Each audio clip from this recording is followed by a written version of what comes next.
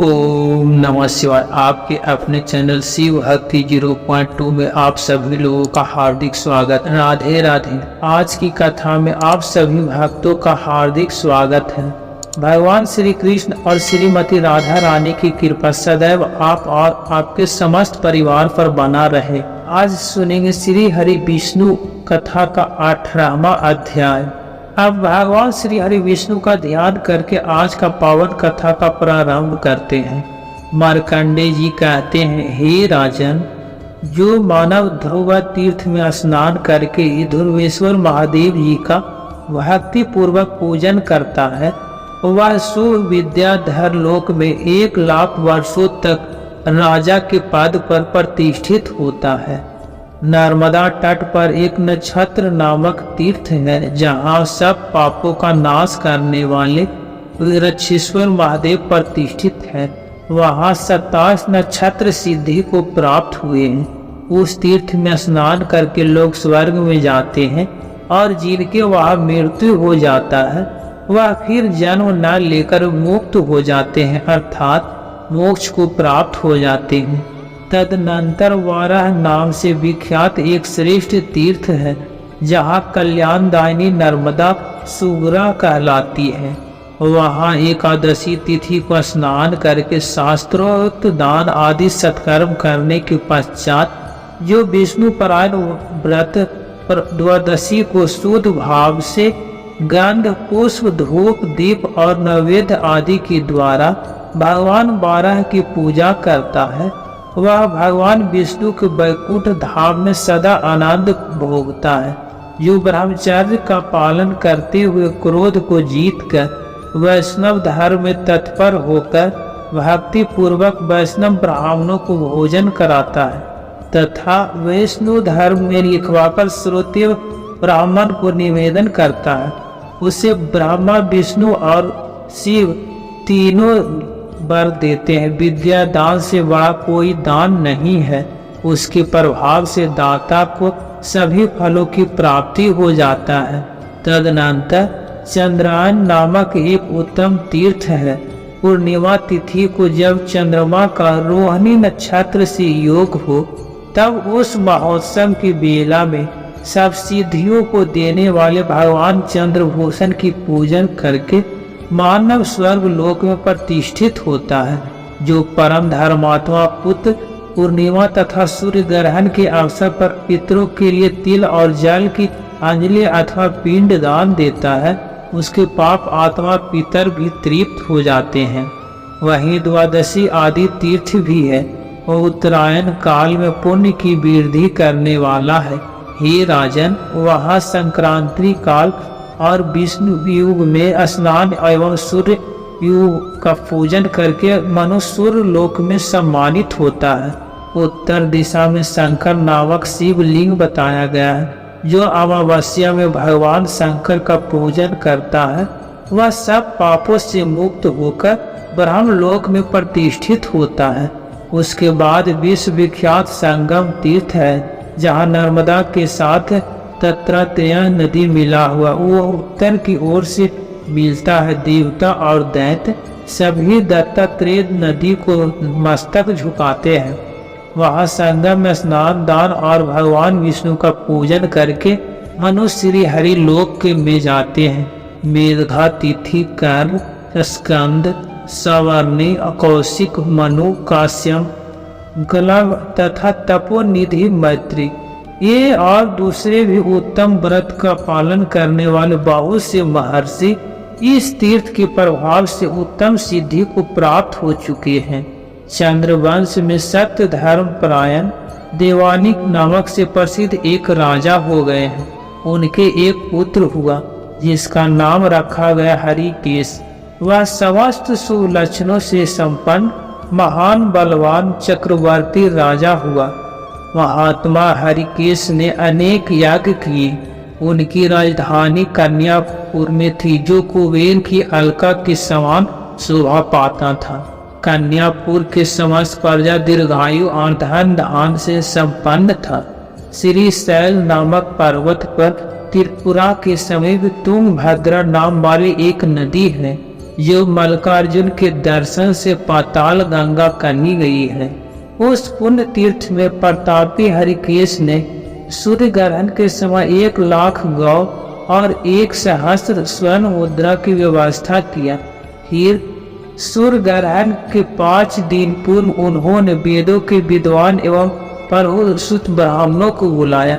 वो ग्रहण के समय इन सब गौओं को दान करना चाहते थे। ग्रहण से पूर्व उन्होंने अग्नि इष्टि प्रारंभ कर दिया। दैव योग से उनके आवाहनी अग्नि में अत्यंत तेजस्वी रुद्र देवता संबंधित मंत्रों द्वारा आहुति डाला गया। उस समय पाताल से प्रलय काल के समान प्रज्वलित अग्नि प्रकट हुआ, जिसने वहां के 10,000 ब्रह्मचारियों और 1,00,000 गौ और 12,00,000 ब्राह्मणों को जलाकर भस्म कर दिया। यह सब देखकर हरिकेश के मन में बड़ा विषाद हुआ। वे अग्नि में समा जाने के लिए अपनी रानियों और समस्त मंत्रियों के साथ आसन से उठकर खड़े हो गए। उस समय सब और बड़ा हाहाकार मचा। तब एक ब्राह्मण ने कहा, हे महाभाग, तुम शेष नगर कल्प ग्राम में चले जाओ।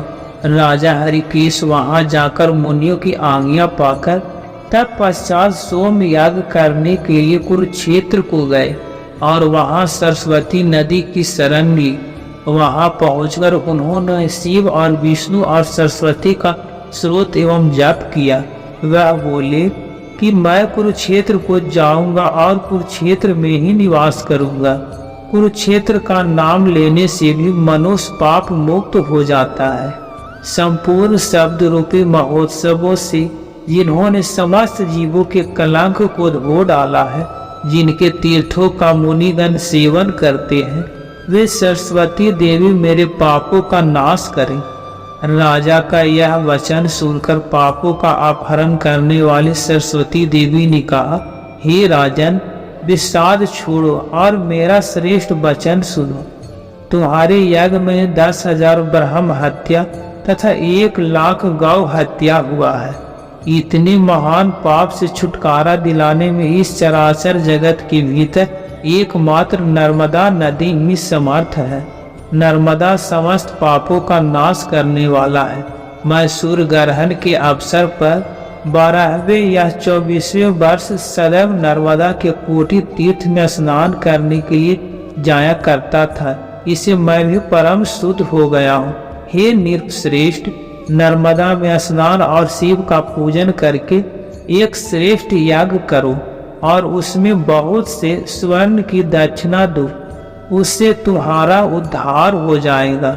जो ब्राह्मण एवं गौओं का मृत्यु हुआ है, उनकी हड्डियों को ले जाकर नर्मदा जी के जल में बहा दो। उस जल का स्पर्श होने से उन सबको देवलोक की प्राप्ति हो जाएगा और नर्मदा के जल एवं तीन की अंजलि देने से उन सब की उत्तम मुक्ति भी हो जाएगा। सरस्वती का यह वचन सुनकर राजा ने उनको प्रणाम किया और रानियों तथा परिवार के साथ प्रसन्नता पूर्वक कन्यापुर में लौट आए। वहां जाकर राजा ने सेवकों को आज्ञा दिया कि तुम सब लोग सब आवश्यक सामग्री एकत्र करके यज्ञ की सामग्री भी साथ लेकर नर्मदा नदी के तट पर चलो। यह आदेश पाकर सेवकों ने अन्य सामानों के साथ उचित रीति से उन ब्राह्मणों और गौओं का अस्तित्व भाग भी पहुंचा दिया। तदनंतर वह अस्थि भस्म आदि नर्मदा के जल में मंत्रोच्चारण पूर्वक बहा दिया गया और उत्तम विधि से पूजन करके हाथ जोड़े हुए राजा ने देवताओं और ब्राह्मणों को तृप्त किया। उस स्थान पर एक स्रोत प्रकट होकर नर्मदा के जल में जा मिला। वह नर्मदा संगम गंगा जल के नाम से प्रसिद्ध हुआ। जहाँ गंजाल है वहीं एक सिद्ध लिंग भी है। जो ब्राह्मण और गौ उस प्रलय अग्नि द्वारा दग्ध हुए थे, वे दिव्य विमान पर आरूढ़ होकर आशीर्वाद देते हुए हरिकेश की प्रशंसा करने लगे। ये महाभाग, तुम्हारे प्रसाद से हम लोग दिव्य लोक में देव भाव को प्राप्त हो गए। ऐसा कहकर वे सभी विष्णु धाम में चले गए। राजाओं में श्रेष्ठ हरिकेश भी अत्यंत प्रसन्नता के साथ लोग पावनी नर्मदा देवी को नमस्कार करके एकाग्रचित होकर उनकी स्तुति करने लगे।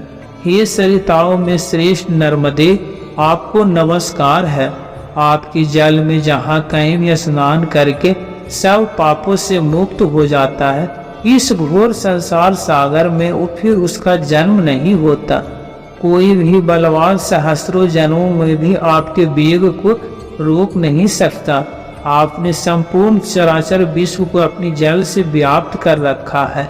हे महादेवी, आपके ही प्रसाद से मनुष्य की इस भावसागर से मुक्ति होता है। राजा का यह स्रोत सुनकर नर्मदा देवी ने उन्हें प्रत्यक्ष दर्शन दिए और इस प्रकार कहा, हे महाभाग, तुम अपने इच्छा के अनुसार वर मांगो।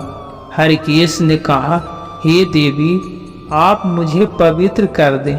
आपके जल में स्नान, अवगाहन और पान तथा आपके नाम का स्मरण एवं कीर्तन करने से तत्काल ही 7 जन्मों के किए हुए पाप नष्ट हो जाएं। नर्मदा बोली, हे देव श्रेष्ठ एवं मस्तु। ऐसा कहकर नर्मदा देवी वहीं अंतर ध्यान हो गए। तदनंतर चक्रवर्ती राजा हरिकेश ने साष्टांग प्रणाम करके इच्छानुसार चलने वाले रथ पर आरूढ़ होकर अपने नगर में प्रवेश किया। वहाँ अंतःपुर एवं परिवार के साथ उन्होंने प्रचुर भोगों का उपभोग किया और अंत काल आने पर वह देवलोक को प्राप्त हुए। जय भोलेनाथ। आज का कथा यहीं पर समापन करता हूँ। इसके आगे का वृत्तांत आप कल के कथा में सुनेंगे। उम्मीद करता हूँ यह कथा आपको पसंद आया होगा। अगर कथा पसंद आता है तो वीडियो को लाइक किया कीजिए और दोस्तों में शेयर भी कीजिए। अब मिलते हैं एक अगली कथा में। जय श्री राधे राधे।